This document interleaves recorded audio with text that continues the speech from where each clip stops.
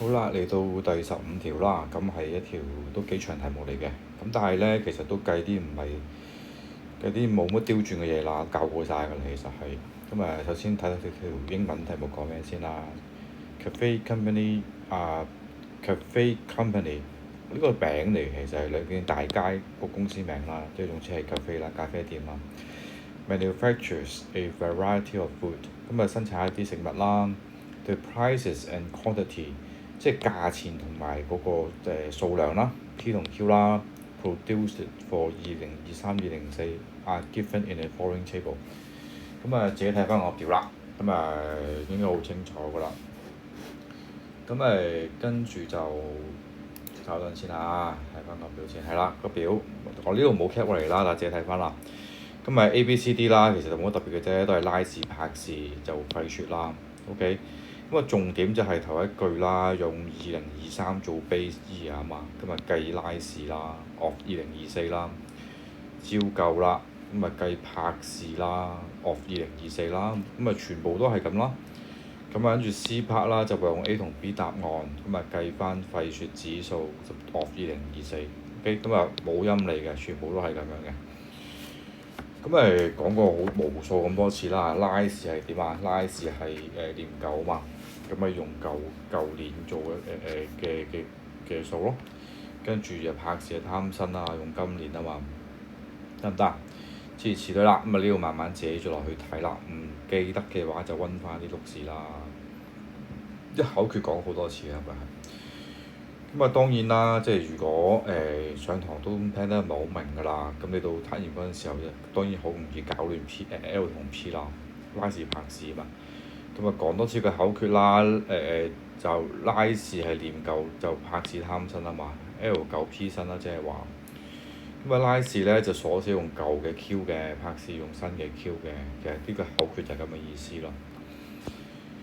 既然係計用嗰個 price index 啦，分子永遠都係用新嘅 P 啦，分母都係用舊嘅 P 啦。呢啲即係基年啊嘛 ，P0啊嘛係。嚟咯喎，黑 A 嘅拉氏啦，條題目都年呢一課嘅題目都係咁做喎，其實係。既然拉氏就係鎖死舊嘅 Q 嘛 ，OK。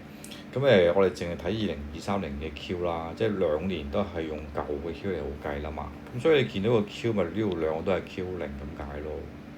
P 就唔使睇㗎啦，一定係用現年同埋基數年㗎啦，其實係。所以分子啦，新價乘舊量啦，我講快少少啦，你唔得嘅話自己睇多幾次啦。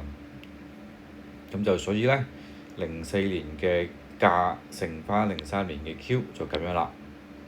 當然就咁睇，你唔知我寫咩啦，睇翻個表自己對，睇翻呢句應該好清楚。Step 2啦，舊價舊量啊嘛，都係咁寫啦，得唔得？自己慢慢 check 啦，每個字都好緊要嘅，其實數字要對翻個表，唔得就 pause 條片同玩自己對。考試嗰陣時候呢，當然啦，我建議如果你簡單可以咁寫啦，一嘢搞掂晒啦，就唔好分開分子分母咁樣。即係唔係唔得嘅，其實 OK 嘅，我覺得。如果你論盡嗰啲可以咁寫嘅，其實係。如果呢，你好清楚自己做啲咩嘅話，可以咁寫，兩個一樣嘅啫。最怕你哋撳錯機嘅，其實係好多人都撳錯機，唔知點解其實凄慘死嘅其實。跟住有啲會唔記得乘100就好少啦。呢個計得啱嘅話就好少會錯㗎啦，其實。記住兩個小數位，得唔得？呢啲我好少扣你分㗎，其實你計到呢個數好啱已經好開心啊。Part B 啦，拍氏啦，識計拉氏嘅話就應該識計拍氏嘅，用新嘅 Q 啦，即係用淨喺24年嘅 Q 嘛，即係23年嘅 Q，23年嘅 Q 就唔使用㗎啦。所以你見到呢 QN 係分子同 QN 係分母啦 ，P 就唔使講啦，一定係 PN P0 分子分母咁寫啦。所以你分子係新價新量啦，咁樣計啦，得唔得？分母舊價舊量舊價新量啦，04年量04年量啊嘛。OK，貪新嘅拍氏係執埋去一嚿就咁樣寫啦。你千祈唔好撳錯機啦，都係嗰句啦，兩個小數位搞掂。拍氏啦，亦都係啦，我係過你好多次㗎啦。費雪指數其實咧就係用 A B part 打運嚟計嘅。咁好多同學 A B part 唔識計點都好咧，淨係寫咗呢個咧，其實我俾咗一分佢嘅部分。咁值得啦，咁你哋起碼識背先啦。